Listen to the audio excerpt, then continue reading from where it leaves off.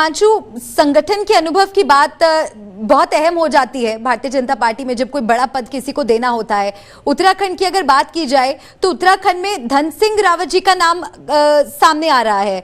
वहां के स्वास्थ्य मंत्री रह चुके हैं धन सिंह रावत जी, और बताया जाता है कि इनको संगठन का काफी अनुभव है और 5 साल में अच्छा काम भी उन्होंने किया है। और साथ ही जो अटकलें हैं सतपाल महाराज जी को लेकर भी हैं, इसको लेकर क्या कोई जानकारी?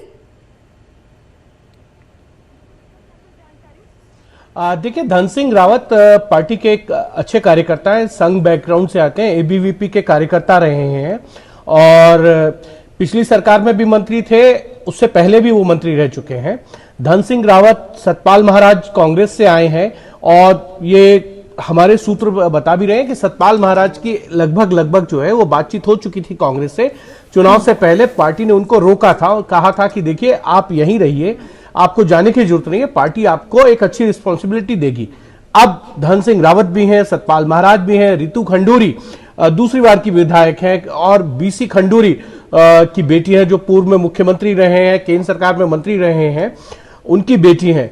तो अब इन तीनों में से अगर किसी को चुनना होगा तो पार्टी किसके ऊपर दांव लगाएगी। लेकिन इतना जरूर है कि समीकरणों को देखते हुए, कुमाऊं और गढ़वाल के समीकरण को देखते हुए पार्टी को बहुत कुछ सोचकर फैसला लेना है। अभी तक बीजेपी ने जो मुख्यमंत्री बनाए हैं, पिछली सरकार में 3 मुख्यमंत्री बनाए थे, तीनों जो है वो ठाकुर समाज से आते हैं, तो उसको भी ध्यान रखना है कि क्या ठाकुर में से ही किसी को मुख्यमंत्री बनाना है, धन सिंह रावत हो, सतपाल महाराज हो या रितु खंडूरी के ऊपर जो है पार्टी दाव लगाएगी। क्योंकि इतना जरूर है, पार्टी इन सब चीजों के ऊपर समीकरणों पर देख रही है। क्योंकि पुष्कर सिंह धामी चुनाव हार गए हैं, वो मुख्यमंत्री थे, उनके नेतृत्व में पार्टी ने जीत हासिल की, लेकिन अगर पुष्कर सिंह धामी अपनी ही विधानसभा हार जाते हैं तो पार्टी ये जरूर जानती है कि इसका श्रेय जो है वो फिर धामी को नहीं जाएगा, वो श्रेय जो है प्रधानमंत्री नरेंद्र मोदी और केंद्रीय नेतृत्व के खाते में है, जिन्होंने अपनी स्ट्रेटेजी बनाई।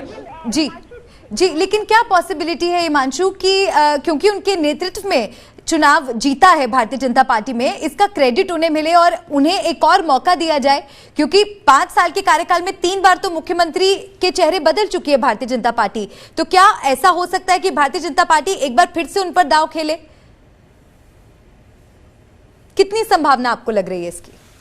बीजेपी ने कभी अगर इतिहास देखिए मलिका, बीजेपी ने इस तरीके की कभी कोई चीज नहीं किया। आप याद कीजिए 2017 के अंदर जो है प्रेम कुमार धूमल, उनको पार्टी ने हिमाचल का मुख्यमंत्री के तौर पर चुनाव लड़ा था। पार्टी ने वहां 68 सीटों में से जो है 54 सीटें जीती थी, लेकिन प्रेम कुमार धूमल चुनाव हार गए थे। तब भी यही सवाल था, क्या धूमल को चुनाव लड़ाया जाएगा किसी विधायक की सीट खाली कराकर?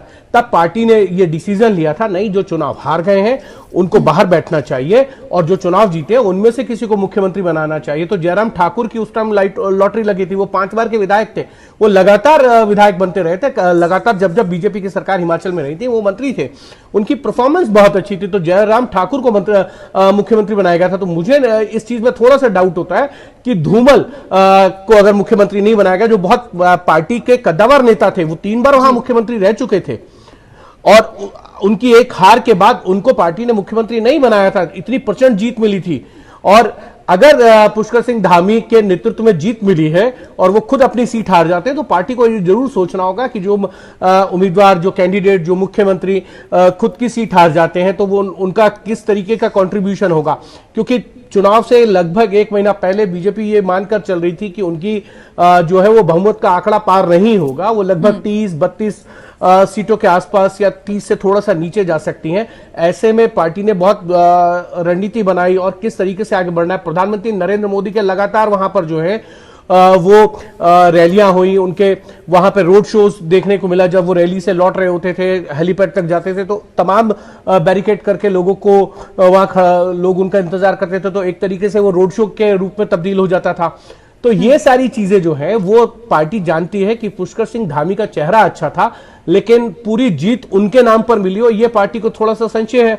और इसीलिए पार्टी की तरफ से ये आवाज भी आने लगी अंदर से कि जो विधायक होगा उसी में विधायकों में से ही किसी को मुख्यमंत्री जो है वो बनाया जाएगा।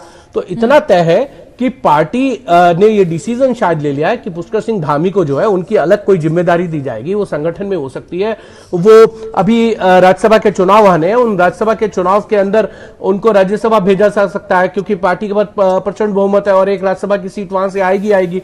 तो ये तमाम चीजों को लेकर चर्चाएं जो है वो पार्टी में चल रही हैं। ये भी हो सकता है कि पार्टी दिल्ली से जो सांसद हैं, जो मंत्री हैं, उनमें से किसी को जो है वहां का मुख्यमंत्री बना के भेज दे, जैसा कि पहले भी हमने देखा है जब तीरथ सिंह रावत को मुख्यमंत्री बनाया गया था, जब त्रिवेंद्र सिंह रावत को हटाने के बाद तो तीरथ सिंह रावत को भेजा गया था, वो यहां पर सांसद के तौर पर जो है संगठन में काम कर रहे थे। तो ये तमाम तरीके की चीजें जो है उनको लेकर अभी चर्चाएं चल रही हैं।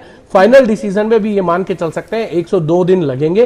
पार्टी को भी कोई जल्दबाजी नहीं है क्योंकि वहां इस तरीके की जीत है कि वहां किसी और के लिए तो कोई स्कोप है नहीं, वहां सरकार बनना बीजेपी का तय है, 2/3 से ज्यादा क्या बहुमत लेकर बीजेपी वहां पर आगे बढ़ी है। तो अब पार्टी सोचकर डिसीजन लेगी क्योंकि 2024 का चुनाव भी है। हरीश रावत चुनाव हार गए हैं, कुछ कांग्रेस की रणनीतियों में कमी रही होगी, लेकिन जिस तरीके का माहौल 3 से 4 महीने पहले था वो बीजेपी के लिए चिंता का माहौल था और इसीलिए 2024 को ध्यान में रखकर ये सारी व्यू रचना की जाएगी कि किसके चेहरे को आगे रखकर हम आगे जाएंगे, जिसका फायदा पार्टी को मिलेगा और पार्टी इतने काम करेगी जिसके बाद जो है पार्टी के लिए राह 24 की आसान हो जाएगी।